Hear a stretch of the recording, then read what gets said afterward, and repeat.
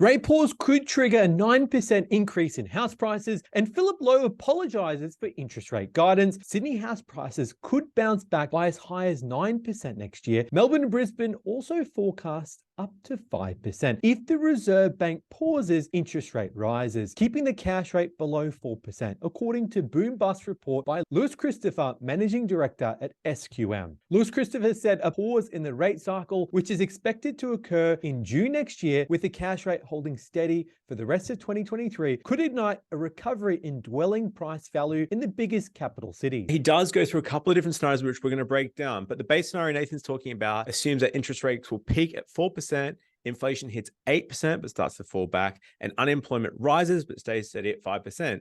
And as we covered in other videos before, different banks have different opinions on this. Commonwealth banks, some of the more conservative banks, I guess less conservative, are saying interest rates will probably only peak at 3.35 in the low 3%, whereas sort of Westpac, some other banks are saying up to 3.85.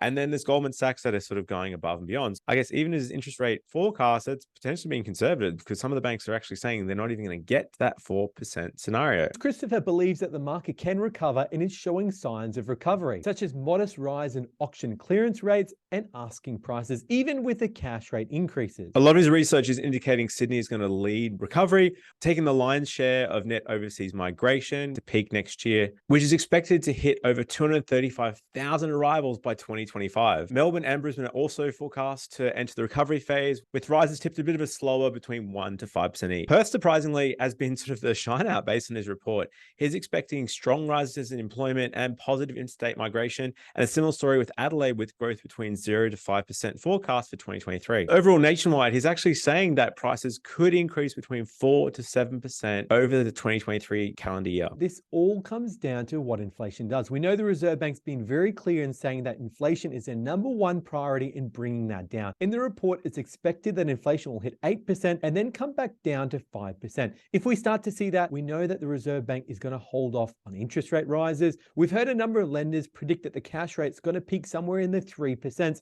He's predicted 4%. So potentially, if the cash rate doesn't peak that high, we might see a stronger recovery. I mentioned before, he does go through 4 different scenarios. The first scenario, which we mentioned, is interest rates will peak at 4%, inflation at 8% to 5%, and unemployment stays at 5%. So that's kind of best case scenario. As a bit of a worst case scenario, if it was completely catastrophic, if interest rates were to rise above 7%, which there is absolutely no one anywhere saying that's going to possibly happen next year, but it could happen.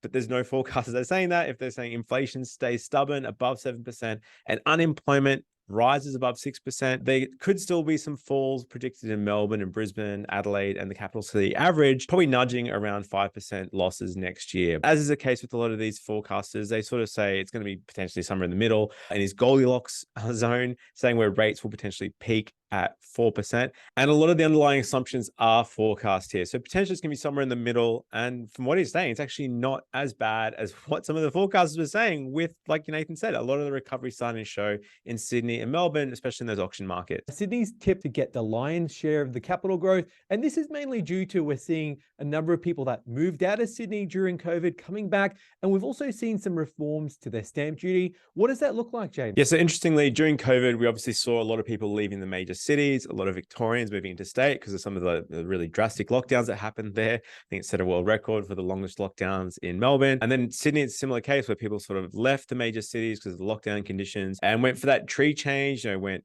inland. They went for the sea change, places like Byron Bay, Noosa, Gold Coast, a lot of the seafaring cities were really benefactors of that, where they had a lot of migration, massive property growth.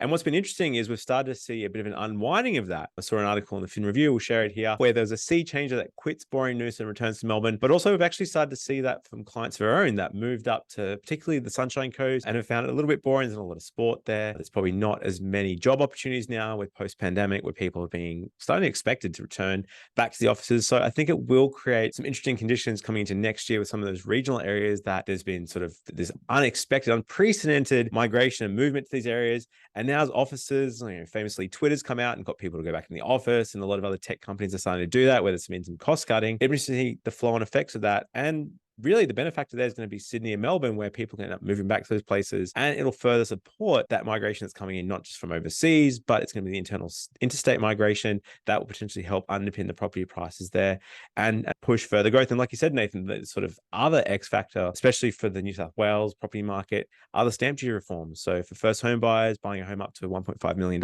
instead of having to pay the stamp duty, $30,000, $40,000, $50,000, huge amount, you can potentially pay it as a land tax. You pay it as a smaller tax every year. And it means if you're buying $1 million property, you're not having to put in that sort of $40,000 or so in stamp duty. You can save it for your deposit and you can pay it as an annual tax. It's definitely a lot of things there that are creating a bit of a positive story for some of those markets that were a bit slow and came back and tapered back this year. It's looking actually pretty buoyant for next year. We've recently seen Reserve Bank Governor Philip Lowe apologise for interest rate guidance. Dr. Lowe offered an unprecedented apology to people who took out a mortgage based on the central bank's failed guidance that interest rates were unlikely to change until 2024. Now, Dr. Lowe accepted that the central bank was partly responsible for Australia's sharpest inflation outbreak in decades, but defended the board's pre-pandemic stimulus measures. Throughout last year, the Reserve Bank board and Dr. Lowe didn't expect that conditions for rate rise, such as high wages and tighter labour markets, would be met until 2024 at the earliest. The main reason that he issued this guidance back in the pandemic was, I remember in 2008, 2009, as the global financial crisis was hitting, financial markets were looking for guidance from Glenn Stevens, the Reserve Bank governor at the time. And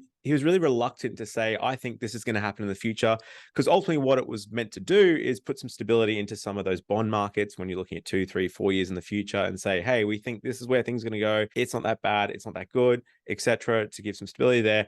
And that's what Philip Lowe was trying to do at the time. He was trying to say, well, at this point, based on the data we can see, this is what we're expecting. And where it came undone for him is the media picked up on it, told consumers, and a lot of people did make decisions based on the Reserve Bank governor's words, saying, oh, rate's going to be on hold for the next 2, 3, 4 years. I don't need to worry about fixed rates potentially. I'll go variable.